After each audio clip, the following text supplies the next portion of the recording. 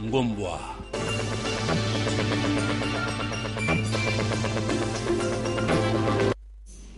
Madame, monsieur, bonsoir et surtout merci de vous joindre au rendez-vous de l'actualité sur Antenne A. Sachez que le dossier Ewanga, ici Wanga, député en résidence surveillée au CPRK, est encore chaud. Il a été au cœur de l'entretien que le président de l'Assemblée nationale, Aubin Minakou, a accordé en séjour à une délégation des ambassadeurs de l'Union européenne représentés en République démocratique du Congo. Nous y reviendrons avec images et commentaires. Le temps de revenir sur la grève à la régie des voies aériennes RVA qui perdure et demeure jusque-là sans solution. Les agents ont détruit les temps et menacent d'appliquer la troisième phase qui va consister en une grève sèche. Eric Kizami, Magali Sissi, Duzen Belebele. Les entreprises du portefeuille de l'État en RDC sont en pleine mutation.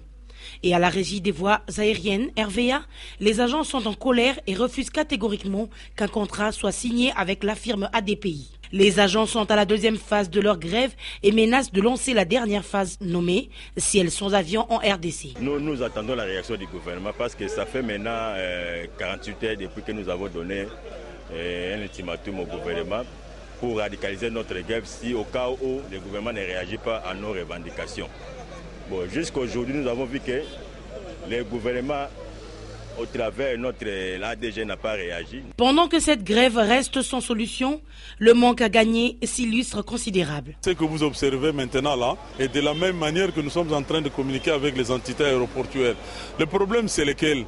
C'est comme nous vous l'avions dit à maintes reprises, que nous avions tendu la main au gouvernement pour que la solution soit trouvée aux deux premiers problèmes et de la même manière que nous l'avions fait à l'interne pour que le problème de revendication sociale trouve aussi de solution. C'est vrai que les régimes passés n'ont pas que bien géré, mais les agents de la RVA regrettent les années les Senjina, Ikwame ou de Général Kikunda considérés comme les moindres mal.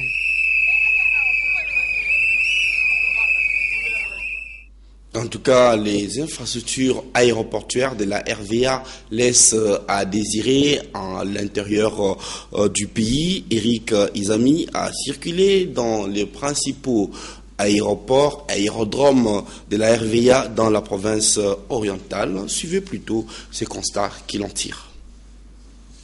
Rien que pour les élections locales, municipales et urbaines, la CENI aura à faire venir de l'étranger, notamment d'Afrique du Sud, 12 000 tonnes de papier, bulletins de vote, affiches et autres à distribuer à travers tout le territoire national. Un défi sérieux, surtout lorsque l'on sait qu'au Congo-Kinshasa, seuls 3 aéroports passent pour être relativement acceptables. Njili à Kinshasa, Luano à Lubumbashi et Bangoka à Kisangani. Pourtant, il a été instauré depuis 2008 en dehors de tous les frais liés aux billets et assurances, une taxe nommée GoPass. De plus, à chaque voyage à l'étranger, toute personne, même le bébé, paye $50 pour le vol à l'international ou $10 pour le vol à l'intérieur du pays. Toutes ces taxes avaient été instaurées pour, disait-on, moderniser les infrastructures aéroportuaires à l'échelle nationale. 6 ans après, si en Njili un effort louable est fourni par le gouvernement central ailleurs, l'on est loin d'imaginer une quelconque modernisation. De mots trompe-l'œil.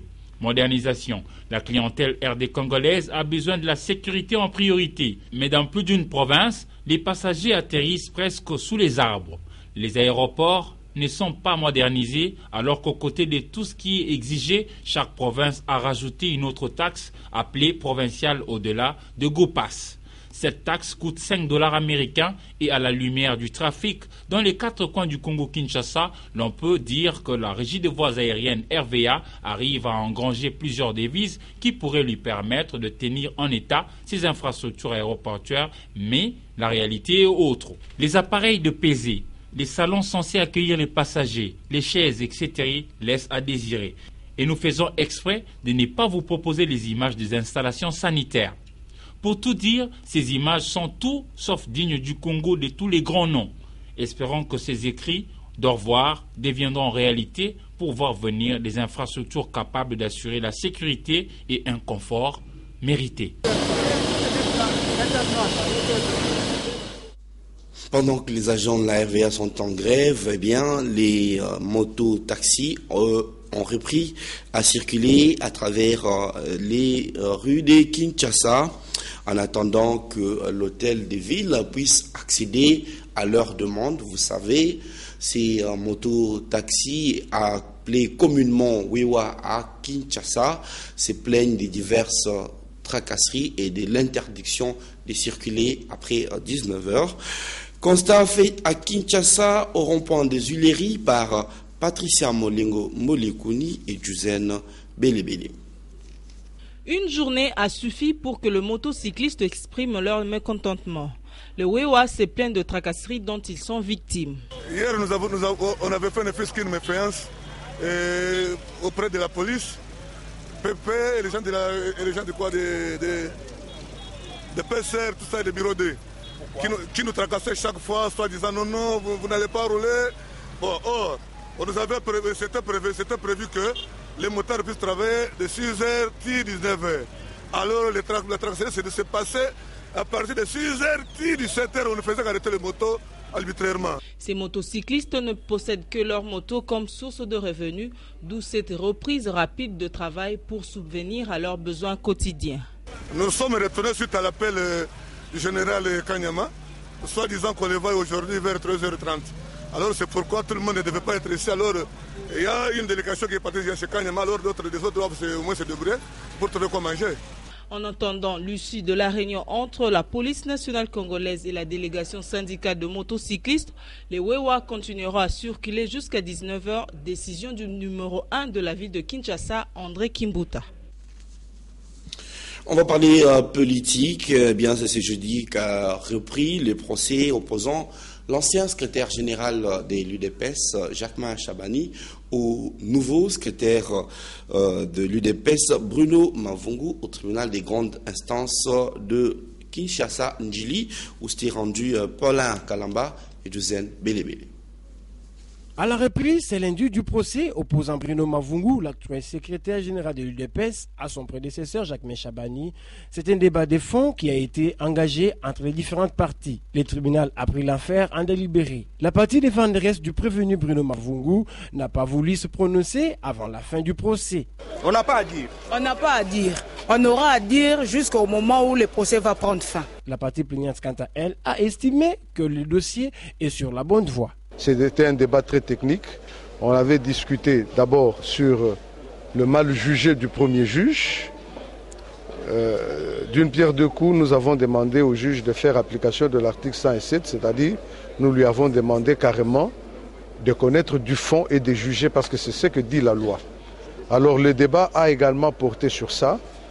De part et d'autre, nous avons eu la parole.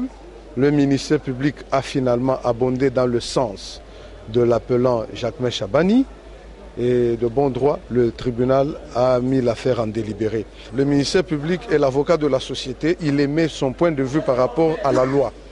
Il n'a dit que ce que dit la loi. Il est l'organe de la loi. Il s'est fait que Chabani étant aussi du côté de la loi, ils ont parlé le même langage. La nouvelle loi prévoit que les ministères publics puissent convoquer la prochaine audience dans les 10 jours qui suivent. Du reste, il y a eu ces jours une faible assistance.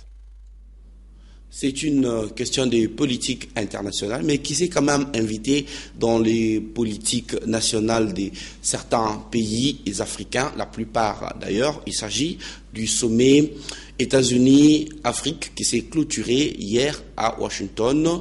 On pourrait dire à ce sujet que la montagne a accouché d'une souris au vu des résultats. En tout cas, en ce qui concerne les chefs d'État africains qui s'étaient rendus là-bas, leur position n'a pas bougé d'un iota, comme vous pouvez le constater dans l'interview que le président du Burkina Faso, Blaise Compaoré, a accordé à Radio France Internationale. Blaise Compaoré, dont le mandat arrive à terme en 2015, est presque sûr de rempiler pour un prochain mandat. Écoutez plutôt, suivez plutôt ces commentaires d'Éric Kizami sur cette interview de la RFI. La question de révision éventuelle ou changement des constitutions est d'actualité dans plus d'un pays africain. Lors du sommet États-Unis et Afrique, La position du président burkinabé Blaise Compaoré a évoqué les référendums pour départager le peuple. Sa lecture semble être épousée par ses pairs. Je pense que ce qui se passe aujourd'hui au Burkina, c'est vraiment un processus politique qui relève de la démocratie, à savoir que sur une question d'intérêt national, il y a des divisions sur les appréciations. Ce dont il faut se féliciter, c'est de voir que nous avons des milliers d'hommes, de femmes sur un stade qui demandent bien sûr un référendum. Il y a ceux qui sont contre, mais il n'y a pas de violence. C'est des débats politiques comme on le voit un peu partout à travers le monde. Donc notre rôle, c'est de trouver solution à cela. Et bien sûr, nous n'avons pas exclu le référendum qui est aussi un instrument pour départager des citoyens. Sera-t-il candidat président de la République en 2015 au Burkina Faso? Non, ce que je veux, c'est que le peuple burkinabé soit libre de déterminer qui doit être son dirigeant pour les temps à venir. Vont-ils respecter les prescrits des constitutions dans leur pays? 2015 pour les uns et 2016 pour les autres seront révélateurs. Qui vivra verra.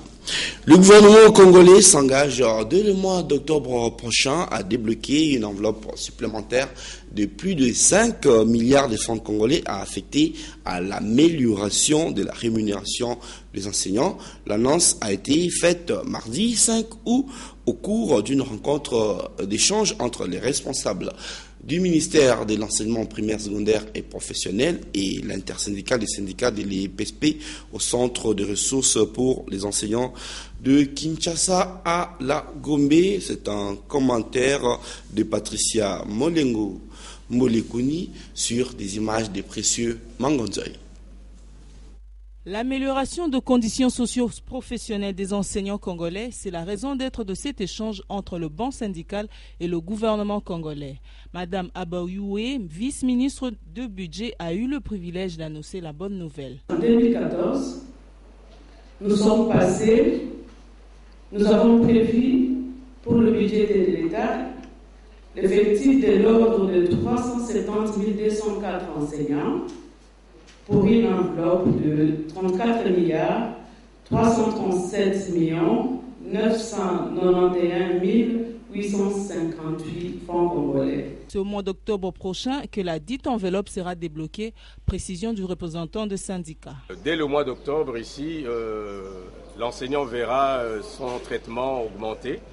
Et cela, nous ne voulons pas donner les chiffres ici parce que sinon les gens vont spéculer là-dessus. Le ministre de l'EPSP a pour sa part invité les syndicalistes à travailler pour que la rentrée scolaire prochaine se déroule dans un climat apaisé. Et leur demander qu'ensemble nous avons fixé la rentrée scolaire, ensemble que nous allons travailler comme ça pour que cette rentrée scolaire se fasse comme on l'a toujours fait, d'une manière sereine. La rentrée scolaire 2014-2015 est prévue pour le 8 septembre prochain.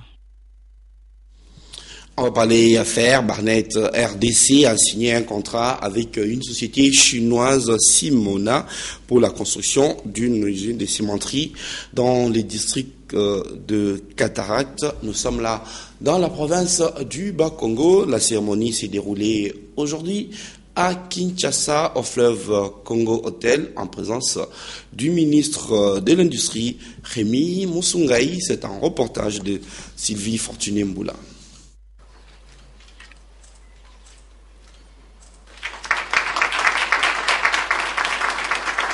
L'événement qui a eu lieu au fleuve Congo Hotel à Kinshasa, capitale de la RDC, marque le démarrage des travaux de construction de ces projets évalués à près de 300 millions de dollars américains. Cet investissement vise le marché congolais, foi de Ilondo Lenin-Koi, représentant de PPC Barnett en République démocratique du Congo. Avec cette usine de cimenterie, le chantier des infrastructures en RDC va connaître un tournant décisif, a affirmé le ministre de l'Industrie Rémi Musungai.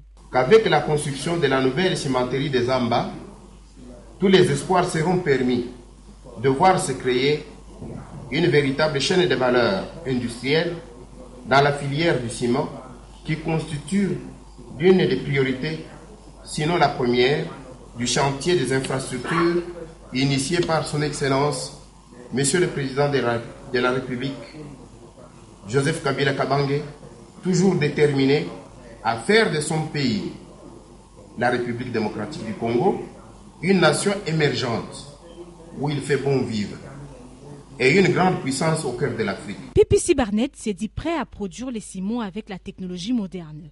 Dans sa phase opérationnelle, l'usine engendrera la création d'environ 300 emplois directs.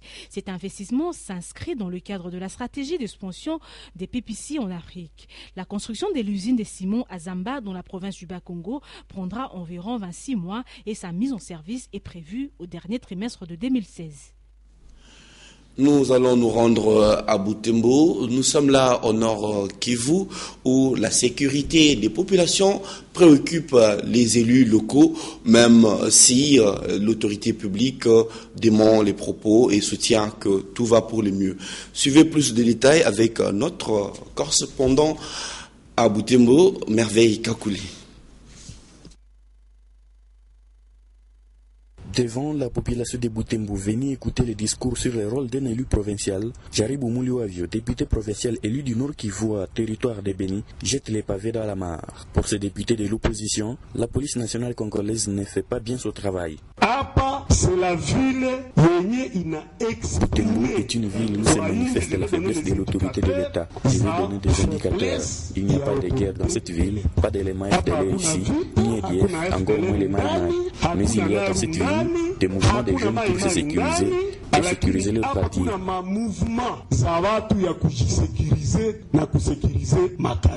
Jaribou Mouliouavio Degen et affirme que face à l'inertie de la police, les jeunes de certains quartiers de la ville de Butembo ont déjà créé des groupes se substituant à la police, des groupes de pression illégaux. Qui plus est, le bourgmestre de l'une des communes a aussi créé une structure pareille. Pire, poursuit le député Jaribou Mouliouavio, la police s'immisce dans la politique alors qu'elle est censée être apolitique. Un discours qui temporise Jules Akizumwami, président de l'Assemblée provinciale du Nord Kivu. La PNC s'immisce dans la politique. J'ai déjà reçu des éléments ici, je crois que c'est une des informations. Ceux qui sont responsables de la police ici, ils sont des citoyens, ils connaissent bien parce qu'ils ont été formés sur des officiers. J'ai reçu l'information qu'ils sont allés pour intervenir dans un conflit qui opposait les partis politiques ici, mais ils ne sont pas allés implanter les drapeaux. Il est impératif de sécuriser la population et ses biens, martèle Jules Akizumwami. Et pour cela, nous allons demander aux autorités urbaines et locales de toujours se concerter avec les autorités de la police et de l'armée. C'est comme cela que nous arriverons à pouvoir protéger nos citoyens. Merveille Kakoulé Sali beaucoup. Butembo, Anden A. Bien, c'était notre correspondant, Merveille Kakouli. À propos des forces de l'ordre, nous vous proposons la suite du grand format que nous avons commencé à diffuser depuis hier sur la formation de la LENI à l'encadrement des mouvements de foule, notamment en période préélectorale et électorale. Suivez. Foire internationale de Kinshasa. Les hommes du 11e bataillon de la Légion nationale d'intervention débarquent dans des véhicules blindés de la LENI. Ces véhicules font partie d'un exercice final de recyclage des éléments du 11e bataillon par des officiers de la gendarmerie française sur le rétablissement de l'ordre public et l'intervention sans armes létales. Aussi, les policiers sont-ils dotés de l'équipement réglementaire, casques, protège-épaules et jambières qui leur donnent une allure martiale. Sans oublier le précieux bouclier et le lance-grenade Cougar, arme non létale des 3e degré, ou les flashballs, ce dernier est aussi classé arme non létale. Parce que le gendarme agit comme il s'entraîne et qu'il doit s'entraîner comme il agit, l'exercice de ce vendredi ressemble à la réalité. Une réalité tirée d'un scénario dans un bureau électoral quelque part en République démocratique du Congo. Vous savez très bien que la République se prépare à organiser des élections au niveau local, au niveau municipal, dans les prochains jours. Raison pour laquelle l'unité qui est chargée de gérer toutes ces opérations électorales doit être entraînée en amont. Un début de troubles dans ce bureau de vote. La police est appelée à la rescousse. Les forces de l'ordre se sentent en élément de pénétration et d'accompagnement qui évacuent les manifestants de la salle. Les manifestants ne sont pas encore hostiles. Voilà pourquoi les policiers porteurs de boucliers sont en deuxième ligne. Mais la situation peut se dégrader à tout instant. Par vague de refoulement et grâce à leur tonfa, ces bâtons qui ressemblent aux matraques, les policiers font évacuer les locaux de la Commission électorale nationale indépendante. La foule s'énerve. Exécutons l'ordre de la hiérarchie. Voilà, nous y reviendrons. C'est un grand format que nous allons peut-être vous proposer toute cette semaine, les temps que vous voyez. Comment est-ce que la PNC, au moins l'ENI, l'ex-police d'intervention rapide, est formée pour faire face à ce genre de manifestations.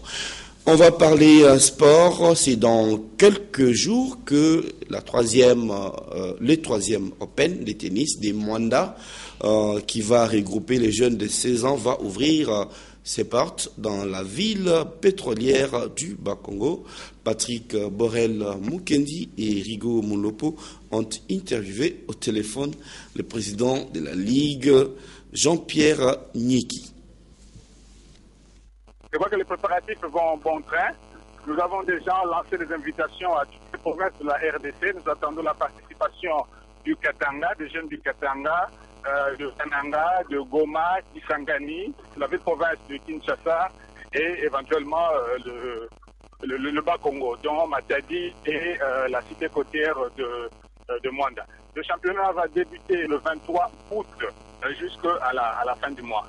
Et donc nous attendons une quarantaine de jeunes âgés de moins de 16 ans qui vont se disputer les deux catégories que nous prévoyons. La catégorie chez les garçons de moins de 16 ans, chez les filles moins de 16 ans, et puis chez les garçons de moins de 14 ans et chez les filles aussi de moins de 14 ans. Et nous pensons que la République, toute la République, tous les jeunes de la République seront encore une fois de cœur avec nous, ainsi qu'avec nos sponsors pour la bonne organisation de ce championnat national de tennis de jeunes.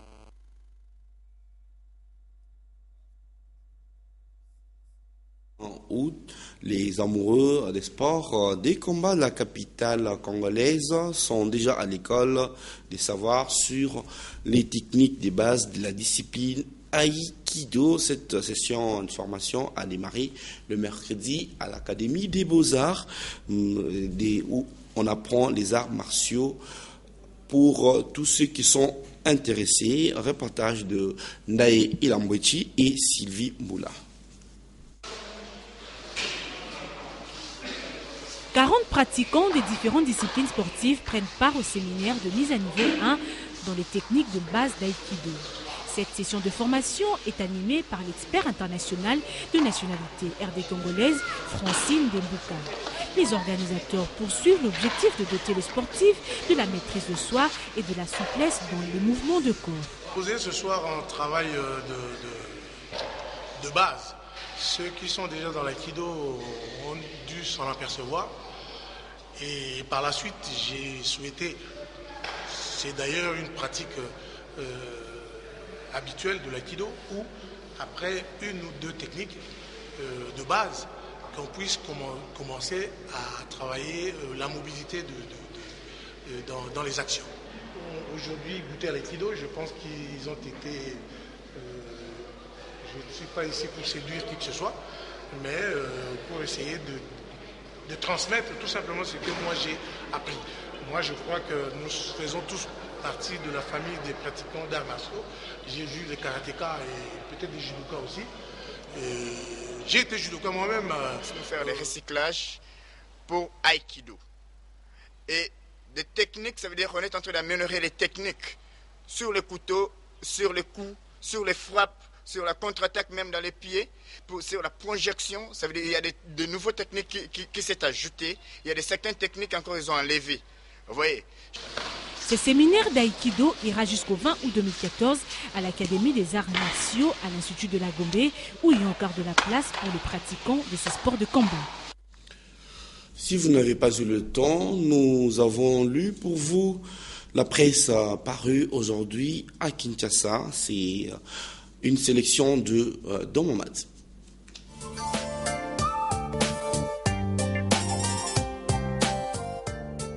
Bonsoir. L'affaire Ewanga continue d'alimenter l'actualité en RDC.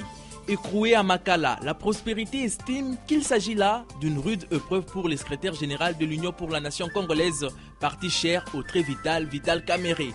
Arrêté mardi dès les premières heures du matin et jugé le même jour dans la journée, Jean-Bertrand Ewanga a été embastillé à Makala où ses faits et gestes sont dorénavant sous contrôle d'un geôlier. À ce stade, son procès est en cours devant le juge de la Cour suprême de justice, où les avocats de la défense avaient soulevé une exception qui, en principe, est encore sous examen. Juridiquement parlant, écrit le Monitor, Ewanga a besoin d'une rééducation. Pour cela, l'université appropriée est le centre pénitentiaire et de rééducation de Kinshasa. Dès là, conclut le tabloïd, il sortira avec un diplôme de plus digne d'un homme politique. Au-delà de l'affaire Ewanga, Forum des As annonce une croisade du procureur général de la République. Outré par ce qu'il considère comme une espèce de perversion au sein de la classe politique RD congolaise, Flori Kabangenumbi aurait amorcé sa croisade. Question, explique le journal, de ne pas laisser l'opinion à la merci des racontards et autres interlopettes politiciens, histoire aussi d'assurer la transparence dans la distribution de la justice. Dans un autre registre, les dépêches de Brazzaville rapportent que, intervenant sur la question des FDLR le mardi, lors du sommet USA-Afrique qui s'est tenu à Washington, l'envoyé spécial des États-Unis pour la région des Grands Lacs, Russ Feingold, a révélé que le gouvernement de son pays exige un désarmement rapide des combattants de ces groupes armés censés être démobilisés au plus tard à la fin de l'année 2014. C'est ce jeudi 7 août que prennent fin les travaux consacrés à la révisitation du tracé de la frontière commune entre la RDC et le Rwanda. Réunis depuis le lundi 4 août, les experts de deux pays ont pour objectif situer avec précision le borne frontalière tel que positionné par les colonisateurs belges et allemands depuis l'année 1911. Les conclusions à dégager par la bipartite de Goma pourraient être soumises à une grande commission mixte chargée de le toiletter en vue de les soumettre aux décideurs politiques. Les Congolais s'interrogent alors, écrit le phare, RD Congo, Rwanda, s'agirait-il là d'un Berlin 2 à Goma? Non pour tracer à nouveau les frontières, mais pour vous retracer les grandes lignes de l'actualité dans la presse écrite, vous retrouvez dès demain la même voix. Encore une fois, bonsoir chez vous.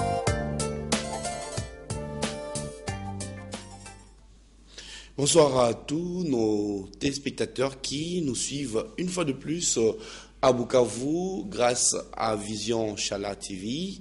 Et bonne soirée à tout le monde qui est fidèle au programme de Antenne A, la chaîne de référence. Bonsoir.